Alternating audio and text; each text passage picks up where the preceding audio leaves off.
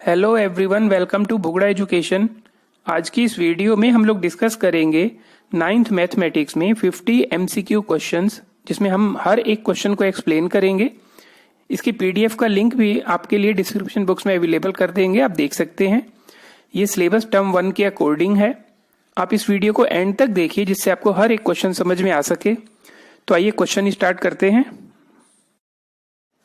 Question number 1, the decimal expansion of the number √2 is. हमें ये बताना है √2 को अगर हम डेसिमल में कन्वर्ट करेंगे तो क्या होगा। तो देखिए √2 जो है वो अपने आप में इरेशनल नंबर है। तो हमें पता है इरेशनल नंबर्स को अगर हम लोग डेसिमल में कन्वर्ट करते हैं तो वो नॉन टर्मिनेटिंग नॉन रिकरिंग होगा। तो इसका जो ऑप्शन है वो डी होगा। हमें कुछ क्वेश्चंस को अच्छी तरह से जल्दी करने के लिए कंसेप्ट पर काफी फोकस करना होगा। Question number 2, √10 multiply √15 is equal to. हमें ये बताना है किसके इक्वल होगा। देखिए जब दो अंडर रूट में मल्टीप्लाई होगा तो कंबाइंड अंडर रूट लिख के हम दोनों नंबर्स को मल्टीप्लाई कर सकते हैं। तो ये बन जाएगा 10 को फैक्टर्स 2 मल्टीप्लाई 5 और 15 के 5 मल्टीप्लाई 3। तो देखिए 5 का जो पेयर है वो बाहर आ जाएगा एंड 2 3 जा 6, तो 5 √6 होगा। तो यहाँ पे देखिए ए में है 6 √5 एंड बी में है 5 √6। तो यहाँ पे भी आप कंफ्यूज मत होना, B option 5 √6। Question number 3, after rationalising the denominator of 7/3√3 - 2√2 we get the denominator. यहाँ पे हमको सिर्फ डिनोमिनेटर के बारे में ही बताना है। तो देखिए सिर्फ हम डिनोमिनेटर को ही करेंगे। हमें पता है जो भी डिनोमिनेटर होगा उसको रेशनलाइज करने के लिए हमें उसमें साइन चेंज करके ही सेम नंबर से मल्टीप्लाई और डिवाइड करना होता है। तो यहाँ पे हमेशा जब भी हम इसको रेशनलाइज करते हैं तो a² - b² का फॉर्मूला अप्लाई होगा। तो 3 √3 whole square minus 2 √2 whole square, तो 9 × 3 - 4 × 2। तो ये हमारे पास बन जाएगा 27 - 8, 19 जो होगा इसका आंसर होगा। तो इस ऑप्शन बी जो है वो राइट होगा। आप इसमें डायरेक्टली भी कर सकते थे। आपको अगर इतना पता है कि a² - b² होता है तो जो ये नंबर है उसका आप स्क्वायर करके सब्ट्रैक्ट कर सकते हैं। Question number 4, value of. अब देखिए इसमें हमें वैल्यू फाइंड आउट करनी है। यहाँ पे ध्यान रखिए जो ये 4 है ना, ये स्क्वायर रूट के अंदर ही है इसी में। तो ये 4 इससे मल्टीप्लाई की फॉर्म में नहीं है। देखिए किस तरह से हम इसे सिंप्लीफाई करेंगे। तो यहाँ पे जो 81 है इसको हम लिख सकते हैं 9⁻² - 2, और यहाँ पे जो ये 4 है इसका मतलब यहाँ पे है पावर 1/4। तो ये हमारे पास बन जाएगा 9 की पावर -4 मल्टीप्लाई 1/4। पावर को पावर से कैंसिल आउट मल्टीप्लाई कर देंगे तो यहाँ कैंसिल आउट हो गया। 9⁻⁻1 जिसे हम लिख सकते हैं 1/9। तो 1/9 अगर हम लोग देखेंगे क्वेश्चन नंबर 4 में तो ए ऑप्शन है, तो ए इसका राइट आंसर होगा। Question number 5, the rationalising factor of cube root of 250। यहाँ पे 250 का जो क्यूब रूट हम लोग करेंगे उसका रेशनलाइजिंग फैक्टर। तो देखिए यहाँ पे हमें इसको रेशनल बनाना है। तो जो स्क्वायर रूट अगर होगा तो यहाँ पे हमने दो नंबर्स के पेयर बनाने होंगे, और क्यूब रूट के केस में यहाँ पे 3 नंबर्स के पेयर बनते हैं। तो सबसे पहले हम इसको सिंप्लीफाई करते हैं। 250 को हम लोग लिख सकते हैं 2 × 5 × 5 × 5। तो देखिए 5 का पेयर बन गया, तो हम इसे लिख सकते हैं 5 एंड क्यूब रूट ऑफ 2। तो अब हमें जो रिमूव करना है वो इसको रिमूव करना है। तो इसको रिमूव करने के लिए देखिए यहाँ पे 2 1 टाइम तो है, तो हमें इसे 2 टाइम और मल्टीप्लाई करना पड़ेगा। तो हमारे पास ये बन जाएगा 3 × √4। तो इसमें जो ऑप्शन सी है वो राइट आंसर होगा। Question number 6, if x + 2 √6 = 5 then x + 1/x is equal to. हमें बताना है x + 1/x। तो सबसे पहले हम लोग x को सिंप्लीफाई करेंगे। x क्या है, देखिए x हमारे पास है 5 - 2 √6। यहाँ पे जो 2 √6 है उसको हमने राइट हैंड साइड में लिया, तो ये तो x हो गया। इसके साथ हमको फाइंड आउट करना है 1/x। तो 1/x का मतलब 1/5 - 2 √6। इसे रेशनलाइज करना होगा 5 + 2 √6 डिवाइडेड बाय 5 + 2 √6। तो यहाँ पे जो इसकी वैल्यू बनेगी 5 + 2 √6 अपॉन यहाँ पे हमेशा a² - b² ही बनेगा 25 - 4 × 6। 4 6 = 24। तो यहाँ पे 5 प्लस 2√6। तो देखिए 1/x की वैल्यू तो ये है और x की वैल्यू 5 माइनस 2√6 है। तो हमें फाइंड आउट करना है यहाँ पे x प्लस 1/x, मतलब हम इन दोनों को ऐड करना है। तो 5 माइनस 2√6 में 5 प्लस 2√6 हम लोग ऐड करेंगे तो कैंसिल आउट होने के बाद 10 आंसर होगा। और यहाँ पे हमें देखना होगा कि 10 जो है वो सी ऑप्शन है। Question number 7, pi is a और an rational number, fraction, integers and irrational number. देखिए पाई जो है वो अपने आप में एक इरेशनल नंबर है, तो most of the students confuse हो जाते हैं कि सर इसकी वैल्यू तो 22/7 है या 3.14 है। आप इसमें कंफ्यूज ना हो, ये इसकी इनकम्प्लीट वैल्यू है। अगर आप इसको सिंपल देखेंगे तो ये नॉन टर्मिनेटिंग नॉन रिपीटिंग होगा। तो 22/7 P/Q में रहते हुए भी ये नॉन टर्मिनेटिंग नॉन रिपीटिंग क्यों होता है? क्योंकि यहाँ पे जो पाई है वो basically circumference divided by diameter है। तो यहाँ पे जो सर्कमफ्रेंस और डायमीटर का हमने मेजरमेंट किया है वो एग्जैक्ट नहीं होता, वो अप्रोक्सीमेट होता है। तो इसी वजह से जो पाई की वैल्यू है वो इरेशनल नंबर होगी। तो इसका जो आंसर होगा वो डी होगा। Question number 8, points -5, 0 and 6, 0 lies. अब यहाँ पे देखिए y कोऑर्डिनेट जो है इसका 0 है और हमें पता है ऐसे जितने भी नंबर जिनका y कोऑर्डिनेट 0 होगा वो x एक्सिस पे लाई करते हैं। तो ये x एक्सिस होगा इसका answer, option A. The distance of the point -3, 4 from the origin. अब देखिए ओरिजिन से इसका डिस्टेंस कितना होगा, उसके लिए आप यूं समझिए कि यहाँ पे हमने -3 एंड 4 ये पॉइंट बनाया। तो ओरिजिन से डिस्टेंस के लिए हमें पाइथागोरस थ्योरम अप्लाई करनी होगी। ये डिस्टेंस 3 है और ये डिस्टेंस 4 है। हम लोग पाइथागोरस थ्योरम अप्लाई करेंगे तो ये डिस्टेंस हमारे पास 5 होगा। जो ओरिजिन से डिस्टेंस बना 5 unit, option D. Question number 10, x is less than 0, y is less than 0। That means x और y दोनों हमारे पास नेगेटिव हैं, फर्स्ट भी नेगेटिव सेकंड भी negative. Then the point xy lies in the quadrant. हमें बताना है किस क्वाड्रेंट में है। तो अगर हम क्वाड्रेंट को समझें तो हम यूं कह सकते हैं, देखिए ये first, second, third and fourth. तो यहाँ पे x भी प्लस होगा, y भी प्लस होगा, यहाँ पे x नेगेटिव होगा, y पॉजिटिव होगा, x negative, y negative, x positive, y negative. तो यहाँ पे देखिए दोनों ही नेगेटिव हैं। तो ये जो है थर्ड क्वाड्रेंट में जो पॉइंट होगा वो लाई करेगा। तो option C is the right answer. Question number 11, abscissa of all the point on X axis is. अब देखिए एक्स एक्सिस के ऊपर जितने भी हम लोग पॉइंट लें वहां पे हम लोग कह सकते हैं कि वहां पे x की वैल्यू तो कुछ भी एक नंबर हो सकती है, लेकिन y की वैल्यू हमेशा 0 होगी। तो अगर x एक्सिस पे कोई भी एक पॉइंट लिया जाता है तो उसमें एब्सिसा तो कोई भी एक नंबर हो सकता है, लेकिन ऑर्डिनेट 0 होगा। तो यहाँ पे जो हमसे पूछा गया है वो एब्सिसा के बारे में पूछा गया है, तो हम कह सकते हैं कि एनी नंबर। लेकिन इसी में अगर ये abscissa of all the points on y axis पूछा होता तो हम 0 बोलते, या फिर यहाँ पे ordinate of all the points on x axis पूछा होता तब भी हम 0 कहते। क्वेश्चन नंबर 12, क्वेश्चन 12 में देखिए the point which lies on y axis at A distance of 5 unit in the negative direction.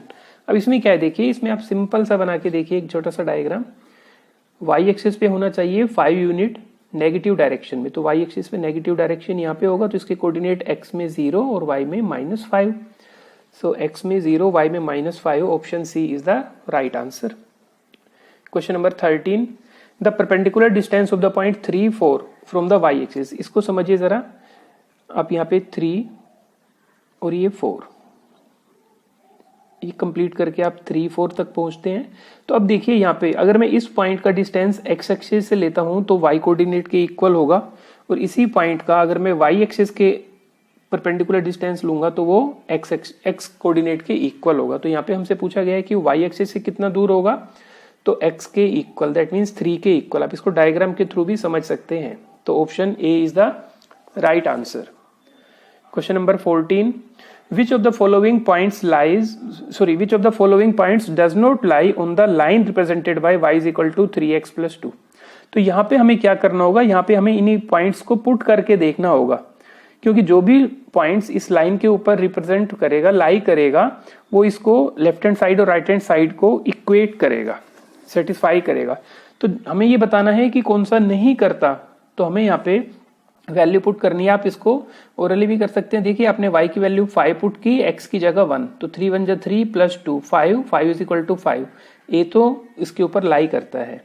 यहाँ पे देखिए y की वैल्यू आपने -1 पुट की, x की वैल्यू -1, तो ये हो गया -3 प्लस 2, -1 इज इक्वल टू -1, जो b वाला पार्ट है वो भी इसके ऊपर लाई करता है।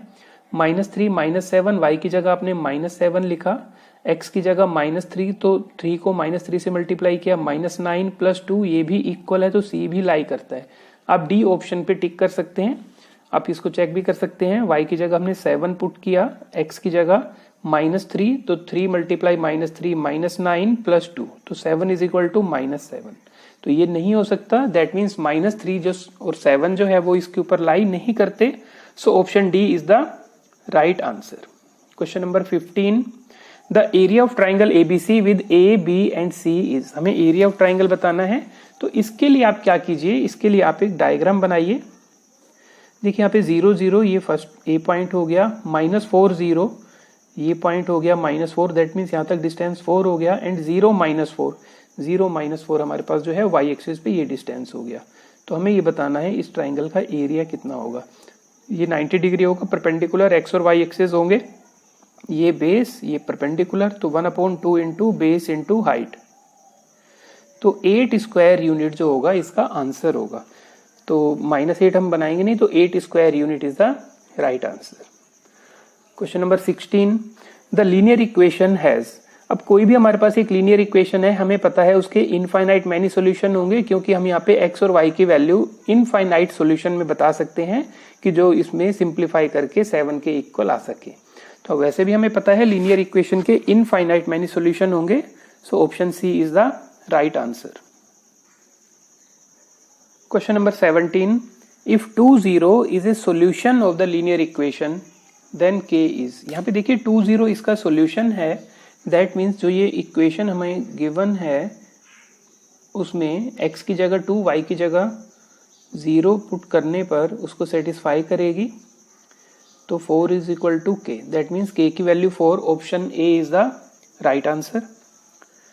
Question number 18, the graph of the linear equation 3x - 2y = 6 cut the x axis at the point. देखिए इस तरह का क्वेश्चन जब भी आपके पास आए कि कोई भी एक लाइन x एक्सिस पे कहाँ इंटरसेक्ट करती है उसको, तो आप उसी टाइम देखिए अगर जिस पॉइंट पे इंटरसेक्ट करेगी वहां पे अगर मैं x की कुछ भी वैल्यू लूंगा लेकिन y की वैल्यू 0 होगी। तो अगर हमें ये बताना हो कि x एक्सिस पे इंटरसेक्शन कहाँ होगा, तो आप उसी टाइम उसमें y की वैल्यू 0 पुट कर दीजिए। और अगर ये आ जाए कि y एक्सिस पे कहाँ इंटरसेक्शन होगा, दैट मीन्स उसमें आप x की वैल्यू 0 पुट कर दीजिए। तो यहाँ पे देखिए 3x - 2y = 6 है, हमें इसमें x एक्सिस का पॉइंट बताना है। तो इसमें तो आप देखिए ऑप्शन में से जो ऑप्शन बी है ये तो नहीं हो सकता, क्योंकि ये जो पॉइंट है ये y एक्सिस पर है।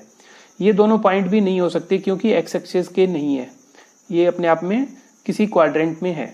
तो वैसे भी देखने पे पता लग रहा है कि option A is the right answer. ऐसे आप शॉर्टकट ट्रिक भी इसमें अप्लाई कर सकते हैं, लेकिन वो डिपेंड करेगा कि आपका जो कंसेप्ट है वो कितने स्ट्रॉन्ग है।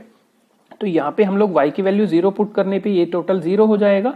सो 3x = 6, x = 2, तो जो ये पॉइंट बनेगा वो 2,0 बनेगा। Question number 19, the number of lines that can pass through the point 3 5। अब देखिए कोई भी हमारे पास एक पॉइंट है, ये पॉइंट है, इससे कितनी लाइंस जा सकती हैं, तो हम कह सकते हैं कि इनफाइनाइट नंबर ऑफ लाइंस जो हैं वो किसी भी एक पॉइंट से होके जा सकती हैं। So answer is infinitely many. Question number 20, the graph of the equation x = 2y। हमें x = 2y जो है उसका ग्राफ बताना है। तो सबसे पहले आप लोग इसमें एक छोटा सा डायग्राम भी अगर आप बना लेंगे, x की वैल्यू 1, हमने देखिए y की वैल्यू हमने 1 पुट की तो यहाँ पे x की वैल्यू 2 आएगी, y की वैल्यू 2 पुट की तो x की वैल्यू 4 आएगी, y की वैल्यू 3 पुट की तो 6 आएगी। तो ये देखिए ये क्या बना, ये 2 और 1, 4 and 2, 6 and 3, इस तरह से हमारे पास एक बनेगा। तो यहाँ पे a line parallel to x axis वो नहीं हो सकता, is a line parallel to Y axis, ये भी नहीं हो सकता क्योंकि जो एक्स एक्सिस और वाई एक्सिस के पैरेलल लाइन होंगे वो एक्स इज इक्वल टू और वाई इज इक्वल टू 3 और 5 इस तरह के होंगे।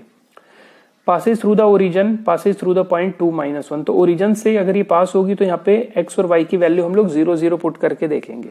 सेटिस्फाई करता है एक्स की वैल्यू 0 और वाई की वैल्यू भी 0 पुट करने पे, तो सी ऑप्शन सही है। हम ये भी पुट करके देख लेंगे, Passage through the point 2 -1, x की जगह हमने 2 पुट किया और वाई की जगह -1 पुट किया, तो ये 2 इज इक्वल टू -2 सेटिस्फाई नहीं करता, तो इसका आंसर जो होगा वो सी होगा। Question number 21, the equation of x axis is of the form. हमें पता है एक्स एक्सिस के ऊपर वाई कोऑर्डिनेट 0 होगा, इसलिए एक्स एक्सिस पे जो भी इक्वेशन होगी उसको हम y इज इक्वल टू 0 कहेंगे, इसलिए y तथा जो y एक्सिस है उसको हम लोग x इज इक्वल टू 0 कह सकते हैं। Question number 22, the point of the form a, always lies in. तो यहाँ पे हम ये मान सकते हैं कि इस तरह से पॉइंट्स होंगे 1 1 2 2 3 3 इस तरह के। तो यहाँ पे देखिए इस तरह से जो लाइन बनती है वो इस तरह से बनेगी 1 1 2 2, इस तरह से आप माइनस में भी लेंगे तो -1 -1 -2 -2। तो ये जो लाइन बनेगी ये हमारे पास एक 45 डिग्री एंगल पे इस तरह से रिप्रेजेंट होगी। अब हमें इसमें क्या बताना है कि पॉइंट्स जो होंगे वो कहाँ पे लाई करेंगे, on the line y is equal to X, क्योंकि यहाँ पे जो लाइन बनेगी वो x और y दोनों हमेशा सेम होंगे, तो ये जो इक्वेशन ही बनेगी तो x is equal to Y वो इक्वेशन होगी।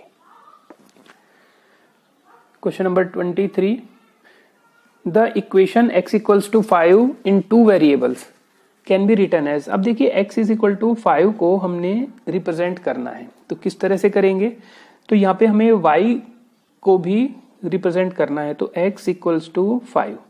तो देखिए यहाँ पे मैं इसको 0 से अगर ऐड कर देता हूँ x को, तो इस इक्वेशन पे कुछ फर्क नहीं पड़ने वाला, ही पहले वाली इक्वेशन के इक्वल ही होगा। लेकिन अगर मैं 0 के साथ y को मल्टीप्लाई कर दूं तो ये y भी रिप्रेजेंट हो गया, लेकिन यहाँ पे मुझे कोफिशिएंट भी शो करना है कि x किससे मल्टीप्लाई हो रहा है, 1। तो देखिए 1 इंटू एक्स, ये डेसिमल नहीं है ये मल्टीप्लाई है, 1 into X plus 0 into Y equals to 5। इस तरह से हम इसको x इज इक्वल टू 5 को रिप्रेजेंट करेंगे। तो यहाँ पे जो इसका आंसर बनेगा that is B. Question number 24, the distance between the graph of x equals to -2 and x equals to 3 is. हमें ये बताना है कि इसके बीच में कितना डिस्टेंस होगा। तो x इक्वल्स टू -2, देखिए x इक्वल्स टू -2 ये ग्राफ बन गया, और x इक्वल्स टू -3 जो होगा वो पैरेलल टू y एक्सिस ये होगा।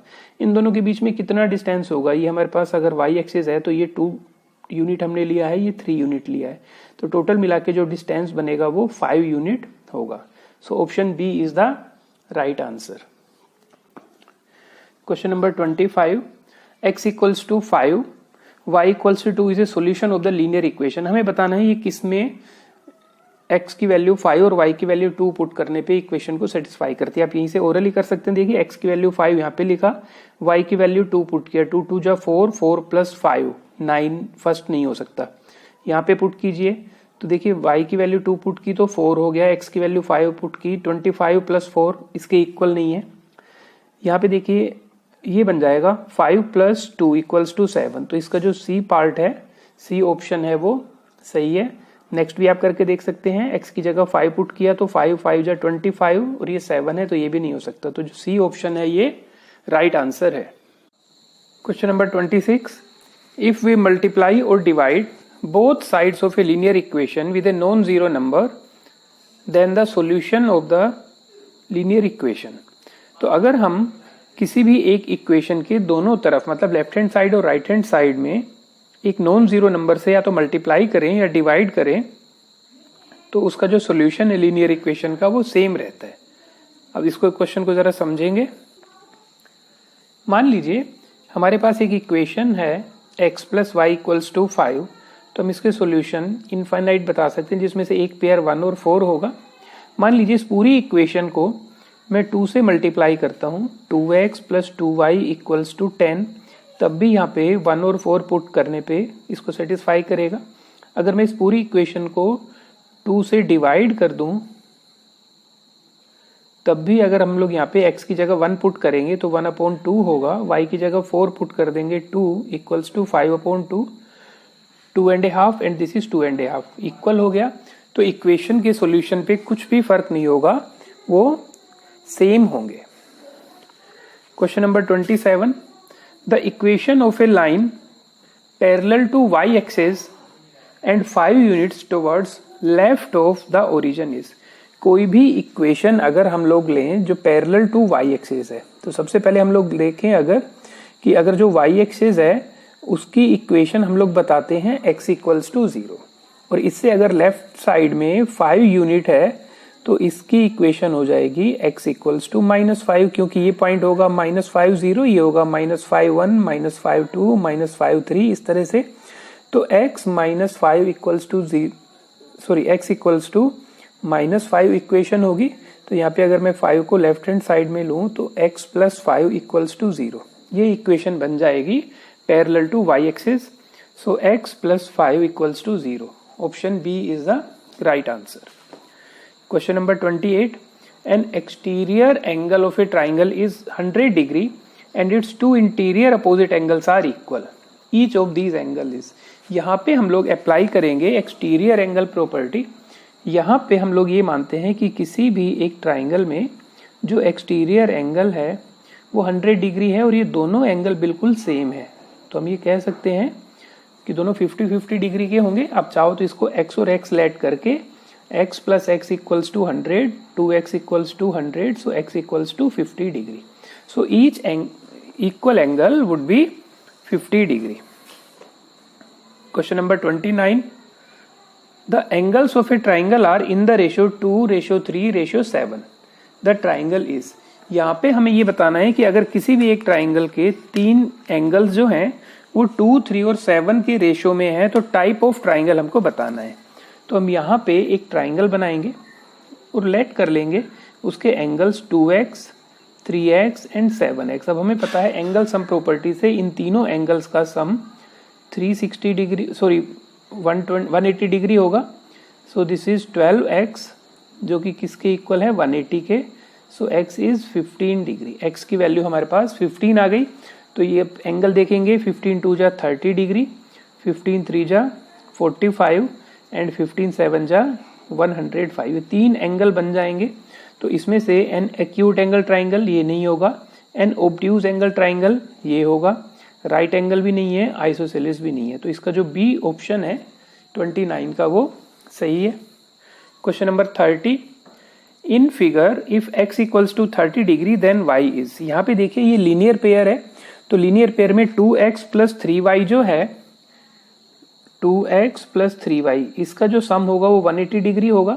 x की वैल्यू हम 30 डिग्री पुट करेंगे तो 32 जा 60 डिग्री ये हो गया। 60 को हम राइट हैंड साइड में शिफ्ट करेंगे।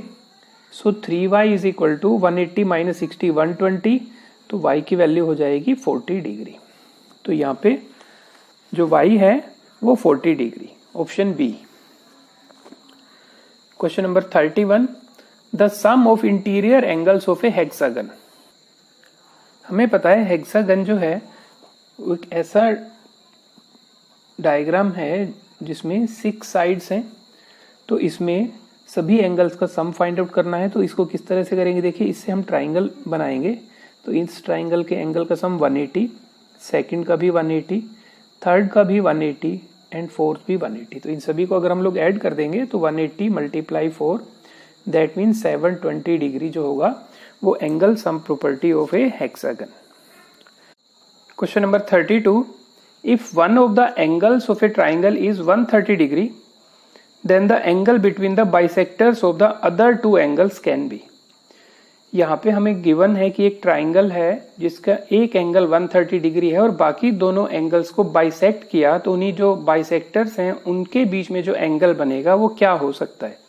तो सबसे पहले हमें इसके लिए एक डायग्राम बनाना होगा, तभी क्वेश्चन हमें एक्सप्लेन होगा।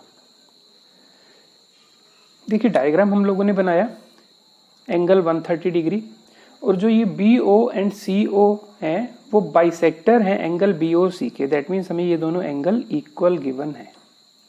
तो अगर हम इस ट्राइंगल ABC में एंगल सम प्रॉपर्टी के थ्रू देखेंगे तो एंगल B और C का जो सम होगा वो 180 - 130 दैट मीन्स 50 डिग्री होगा। और अगर हम इन दोनों इक्वेशंस को 2 से डिवाइड कर दें दोनों साइड तो एंगल B/2 प्लस C/2 होगा 25 डिग्री। अब B/2 और C/2 कौन से हैं? ये एंगल A और B, तो that means A plus B 25। अब हमारे पास BOC एक ट्राइंगल है, उसमें अगर हम लोग एंगल सम प्रॉपर्टी के थ्रू करेंगे तो x की वैल्यू हो जाएगी 180 माइनस A प्लस B, तो 180 माइनस 25, दैट मीन्स x की वैल्यू जो है वो 155 डिग्री एंगल होगा। तो इसमें 155 ऑप्शन डी। क्वेश्चन नंबर 33, हमें डायग्राम गिवन है AB is parallel to CD। जो ये AB साइड है ये CD साइड के साथ पैरेलल है और ये एंगल 60 डिग्री और 110 गिवन है। हमें फाइंड आउट करना है AEC ये एंगल। तो इसको भी हम लोग डायग्राम के थ्रू ही सोल्व करेंगे। देखिए इसमें हमें ये दोनों साइड पैरेलल गिवन है, तो एक मेथड तो क्या है कि हम लोग इस पैरेलल साइड को ही आगे बढ़ाएं। तो अब यहाँ पे देखिए ये 60 डिग्री है तो कोरिस्पोंडिंग एंगल से ये भी 60 डिग्री होगा। तो यहाँ पे हम ये इसको मैं x लिख लेता हूँ, तो 60 प्लस x जो है वो 110 के इक्वल होगा exterior angle, so x is 50 degree. दूसरा मेथड क्या था कि हम इसे लीनियर पेयर से इस एंगल को फाइंड आउट कर लेते और इसमें हम angle sum property of a triangle apply करते, x की वैल्यू आ जाती। एक मेथड और भी है इसमें, उसके अकॉर्डिंग क्या होगा, अगर हम इस साइड को आगे ना बढ़ा के इस AC साइड को हम आगे बढ़ाते हैं, तो यहाँ पे देखिए ये 110 है तो ये भी हमारे पास 110 होता कोरिस्पोंडिंग एंगल के थ्रू। तो उस केस में हम AEB ये जो बड़ा वाला ट्राइंगल है इसमें हम angle exterior angle property apply करते, ये 60 है ये x है तो 110 के इक्वल होता बिल्कुल सेम, तो हमें x की वैल्यू 50 डिग्री आती। Question number 34, the measurement of an angle is 5 times its complement. The angle measure, कोई भी एक एंगल है जो अपने कॉम्प्लीमेंट से 5 टाइम्स है, तो इसका मतलब उसका जो कॉम्प्लीमेंट होगा उसका 5 टाइम्स करने पे वो एंगल आया। तो यहाँ पे हम देखते हैं 25, तो इसका कॉम्प्लीमेंट जो होगा अपने कॉम्प्लीमेंट से ये 5 टाइम्स नहीं है, क्योंकि कॉम्प्लीमेंट जो होगा वो 90 माइनस 25 होगा। यहाँ पे अगर हम 35 लेंगे तो 90 माइनस 35 जो होगा उसका 5 टाइम्स करने पे 35 नहीं आएगा। 65 जो है तो 90 माइनस 65 हम लोग करेंगे तो 25 आएगा, तो 25 और 65 में 5 टाइम्स नहीं है 75। अब 75 का हम कॉम्प्लीमेंट करते हैं तो 90 माइनस 75 दैट मीन्स 15 डिग्री आता है। तो जो 75 है वो 15 डिग्री का 5 टाइम्स है, तो इसमें ऑप्शन डी ही सही है। लेकिन अगर हम लोग इसमें अप्लाई करना चाहें, मान लीजिए हम लोग एक एंगल लेते हैं x और उसका कॉम्प्लीमेंट लेते हैं 90 माइनस x, तो हमें पता है जो ये एंगल है वो इसके कॉम्प्लीमेंट के 5 टाइम्स है, तो कॉम्प्लीमेंट को 5 टाइम्स करने पे उस एंगल के इक्वल आएगा। तो x equals to 450 minus 5x, 5x को लेफ्ट हैंड साइड में लेंगे तो 6x इक्वल्स टू 450, तो हम x की वैल्यू फाइंड आउट कर सकते हैं 450 अपॉन 6, 75। तो देखिए x की वैल्यू हमारे पास 75 डिग्री आ गई, जो कि हमारे पास ऑप्शन डी है। क्वेश्चन नंबर 35, हमें एक डायग्राम गिवन है, x इज इक्वल टू, हमें ये बताना है x किसके इक्वल होगा। तो इसको समझने के लिए हम लोग डायग्राम बनाएंगे। देखिए यहाँ पे हमें x की वैल्यू a, b और c के अकॉर्डिंग ही लिखनी है। ये एंगल b, ये एंगल c, ये a और इस एंगल को मैं y लेट कर लेता हूँ। तो ये अपने आप में एक क्वाड्रिलेटरल है, तो a plus b plus c plus y इनका जो सम होगा वो 360 डिग्री होगा, और साथ में ये y और ये x जो है इन दोनों का सम भी जो होगा वो 360 डिग्री के इक्वल होगा, कंप्लीट एंगल। तो इनके अकॉर्डिंग आप लोग देखिए कि अगर मैं यहाँ पे y को 360 माइनस x लिख सकता हूँ, तो आप इसको यहाँ पे पुट कर दीजिए। So a plus b plus c plus 360 minus x equals to 360 degree. आप 360 माइनस x को राइट हैंड साइड में शिफ्ट कर दीजिए, a plus b plus c equals to 360 minus 360 plus x। So x की जो value है वो a plus b plus c के इक्वल होगी, तो यहाँ पे c ऑप्शन सही होगा। क्वेश्चन नंबर 36, इस क्वेश्चन में देखिए L M equals to Q R, M N equals to P R and N L is equal to P Q. तो हमें फाइंड आउट करना है किस तरह से ये कॉन्ग्रेंट होंगे। तो सबसे पहले देखिए हम लोग यहाँ पे दो ट्राइंगल बनाएंगे, उससे समझना काफी आसान हो जाएगा। एल एम को हमने यहाँ पे लिख दिया जो कि इक्वल्स टू क्यू आर, ये क्यू आर के equal, L M and Q R equal. M N and P R, M N and P R ये दोनों इक्वल, एंड जो थर्ड साइड बची वो भी इक्वल। तो इसमें किस तरह से बनेगा, यहाँ पे देखिए एल एम एन जो होगा वो Q R P Q R given है तो ए कैंसिल हो गया। एन एम एल जो होगा वो पी आर क्यू के इक्वल होगा, पी आर क्यू। ये जो इसका ऑप्शन है ये सही है, बी। सी पार्ट देख सकते हैं, एम एल एन जो है वो आर क्यू पी, ये आर पी क्यू है, ये गलत हो गया। पी क्यू आर जो होगा वो एन एल एम के इक्वल होगा, ये अलग दिया हुआ है। तो इसमें जो ऑप्शन बी है वो सही होगा। Question number 37, in triangle P Q और पी आर इक्वल हैं, क्यू 50 डिग्री है, then R is equal to. Diagram बनाते हैं हम। इसमें पी क्यू और पी आर इक्वल हैं, तो P Q and P R दोनों साइड इक्वल हैं। क्यू की वैल्यू है यहाँ पे 50 डिग्री, तो देखिए दोनों साइड इक्वल है तो उनके अपोजिट एंगल भी इक्वल होंगे, तो एंगल आर भी 50 डिग्री होगा। तो option B is the right answer. Question number 38, in triangle ABC and DEF, AB is equal to FD, A is equal to D, the two triangles will be congruent by SAS। तो SAS के through बताना है, तो हम diagram बना लेते हैं ABC and DEF। तो देखिए एक चीज आपको समझनी होगी कि जब हम MCQ क्वेश्चन अटेम्प्ट करते हैं और डायग्राम वगैरह बनाना है तो हमें जल्दी से करना होगा। इसमें हम स्टेटमेंट वगैरह यूजिंग आइडेंटिटी इस तरह से मेंशन नहीं करेंगे। AB is equal to F D, तो आप इसको यहाँ पे F लिख दीजिए, यहाँ पे आप D लिख दीजिए, हो गया। यहाँ पे हम E लिख देंगे, FD हो गया। एंगल A और एंगल D इक्वल है, A और D इक्वल है, तो किस तरह से हम बनाएंगे, SAS के थ्रू बताना है। तो एक साइड और ये एंगल, तो ये साइड और ये एंगल, तो हमें पता है SAS के थ्रू दो साइड और एंगल इंक्लूडेड होना चाहिए। तो दूसरी साइड कौन सी होगी, AC is equal to DE, तो AC is equal to DE, B option is the right. Question number 39, in triangle measure are given ABC and DEF, तो हमें एंगल F बताना है। तो यहाँ पे देखिए AB 4 centimetre, DE 4 centimetre equal है, ये साइड 3 सेंटीमीटर और ये भी 3 सेंटीमीटर इक्वल है, ये 70 डिग्री और 70 डिग्री है। तो ABC जो है वो DEF ट्राइंगल के साथ कॉन्ग्रेंट है बाय SAS के थ्रू। तो इसमें जो एंगल C होगा वो भी एंगल F के इक्वल होगा। तो एंगल C जो हमारे पास है वो है 3x, एंगल F जो हमारे पास है वो 2x प्लस 20। तो 2x को हमने शिफ्ट किया तो x इक्वल्स टू 20 आ गया। लेकिन हमें फाइंड आउट क्या करना है, एंगल F है 2x प्लस 20। अब इसमें x की जगह 20 पुट कर दीजिए, 22 जा 40, 40 प्लस 2 60, तो 60 डिग्री जो होगा option B is the right answer. Which of the following is not a criteria for congruence of triangles, हमें ये बताना है कि कॉन्ग्रेंस ट्राइंगल्स के लिए कौन सा क्राइटेरिया नहीं होगा। SAS के थ्रू है, ASA के थ्रू भी होता है, SSS भी एक क्राइटेरिया है लेकिन SSA क्राइटेरिया नहीं है।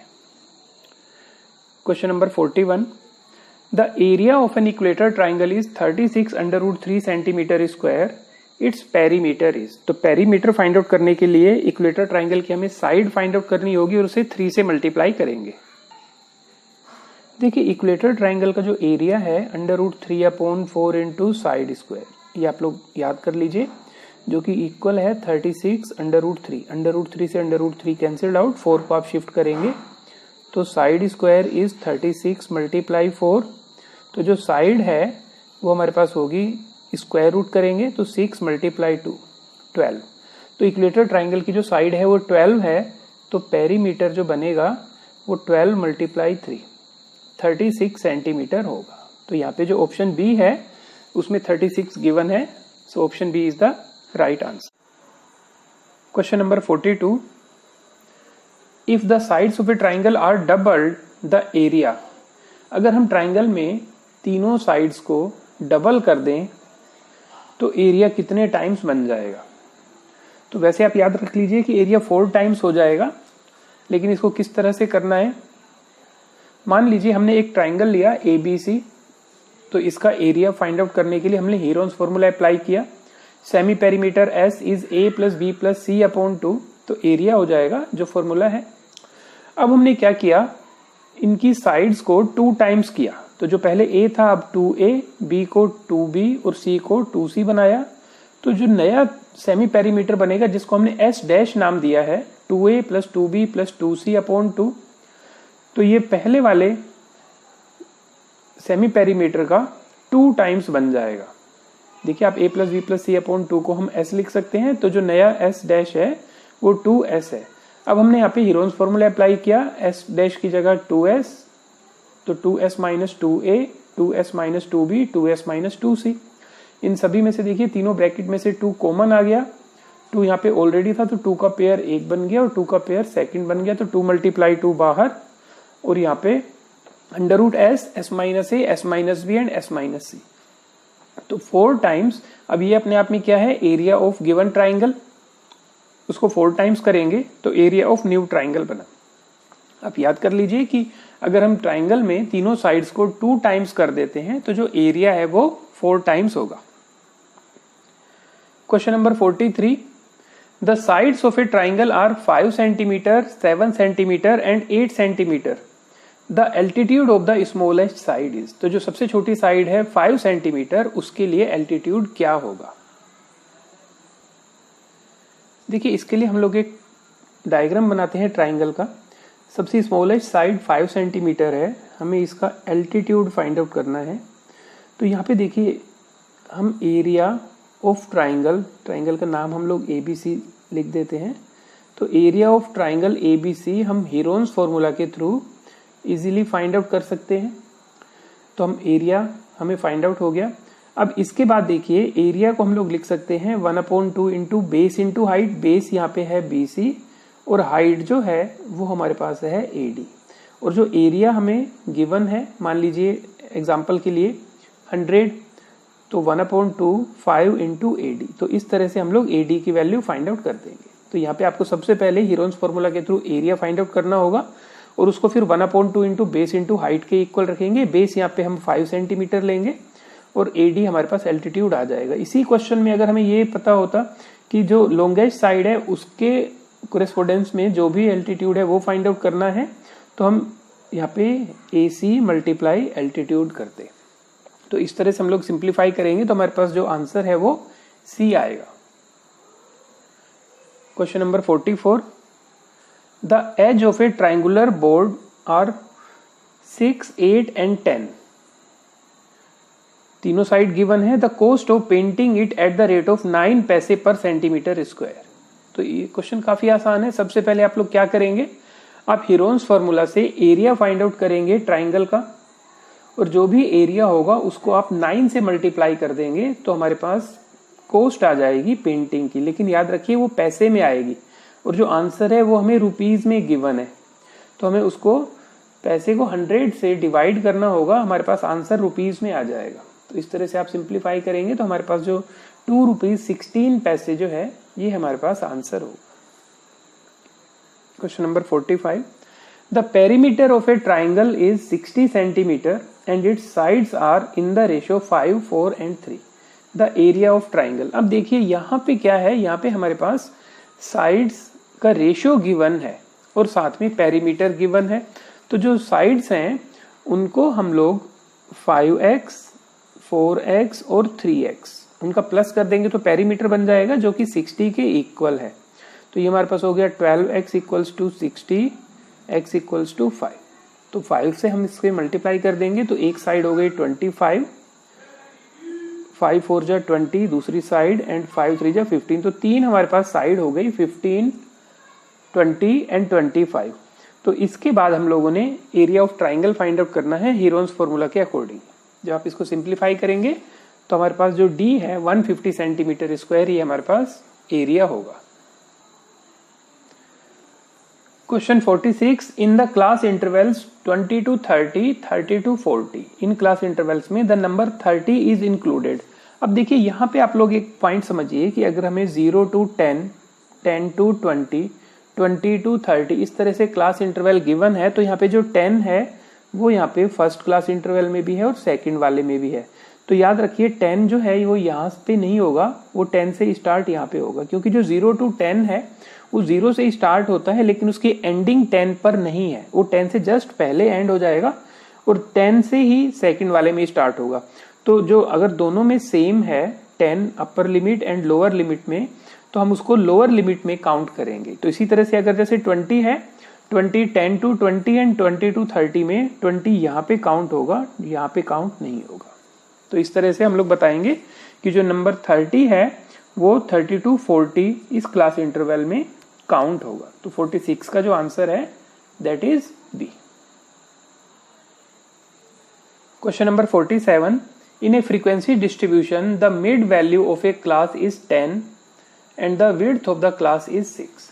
तो यहाँ पे जो हमें गिवन है मिड वैल्यू, जैसे मान लीजिए हमारे पास 0 to 10 क्लास इंटरवल है, 10 to 20, 20 to 30, इसमें अगर हम मिड वैल्यू फाइंड आउट करें तो इनका सेंटर पॉइंट बताना पड़ेगा 5, 15 एंड 25। तो ये उनकी सेंटर वैल्यू है जिसे हम क्लास मार्क भी कहते हैं। तो यहाँ पे हमें अगर 25, 5 और 25 हमें मिड वैल्यू गिवन है तो हम उसके अकॉर्डिंग क्लास इंटरवल भी फाइंड आउट कर सकते हैं। सबसे पहले हमें ये देखना होगा कि इनकी विड्थ कितनी है। यहाँ पे 10-10 का गैप है और यही 10 का गैप यहाँ पे है। तो आप किस तरह से करेंगे, मान लीजिए हमें मिड वैल्यू 5 गिवन है, तो ये विड्थ जो है 10 है, तो आप इसको यहाँ पे 5 से सब्ट्रैक्ट कर दीजिए और यहाँ पे 5 से ऐड कर दीजिए। तो ये जो 0 to 10 बनेगा क्लास इंटरवल, उसकी मिड वैल्यू 5 होगी। इसी तरह से जो 15 है, यहाँ पे विड्थ 10 है, 10 के 2 पार्ट कर लीजिए 5, आप यहाँ पे इसको 5 इंक्रीज कर दीजिए, यहाँ पे इसको 5 से डिक्रीज कर दीजिए। तो 10 से 20 जो क्लास इंटरवल बनेगा उसकी मिड वैल्यू 15 होगी। सेम मेथड हम लोग यहाँ पे अप्लाई करेंगे। यहाँ पे हमें गिवन है मिड वैल्यू इज 10 और जो विड्थ है वो 6 है। तो इसका मतलब 6 के 2 पार्ट किए 3, तो यहाँ पे हमने 3 ऐड करना है और यहाँ पे हमने 3 सब्ट्रैक्ट करना है। तो 7 to 13 जो क्लास इंटरवल होगा उसकी मिड वैल्यू बनेगी 10। The upper limit of the class is, तो जो क्लास है उसकी अपर लिमिट क्या होगी 13। तो option B is the right answer. Question number 48, the class mark of a frequency distribution are given as follows. यहाँ पे हमें क्लास मार्क गिवन है, जिस तरह से हम लोगों ने ये क्वेश्चन किया बिल्कुल सेम इसी तरह से क्लास मार्क हमें गिवन है। The class corresponding to the class mark 20। अब यहाँ पे देखिए 15, 20 एंड 25 ये हमें क्लास मार्क गिवन है। तो यहाँ पे देखिए 5 का डिफरेंसेस है। तो यहाँ पे जब इसकी क्लास हम लोग क्लास इंटरवल बनाएंगे तो 15 में से 5/2 2.5 और इसका 2.5 आगे हम ऐड कर देंगे तो 17.5। तो ये क्लास इंटरवल बनी जिसका मिड पॉइंट 15 होगा। इसमें भी हम 17.5 से अब यहाँ पे 2.5 इंक्रीज करेंगे 22.5। यहाँ पे देखिए 25 के लिए क्या होगा 2.5 आप डिक्रीज कीजिए 22.5, यहाँ पे आप 2.5 इंक्रीज कीजिए 27.5। तो इस तरह से हम लोगों ने क्लास इंटरवल फाइंड आउट किया और हमें ये बताना है कि जो 20 क्लास मार्क है उसके लिए क्लास इंटरवल क्या होगा। तो 20 क्लास मार्क के लिए 17 to 22.5, ये हमारे पास ऑप्शन बी जो होगा वो इसके लिए करेक्ट आंसर है।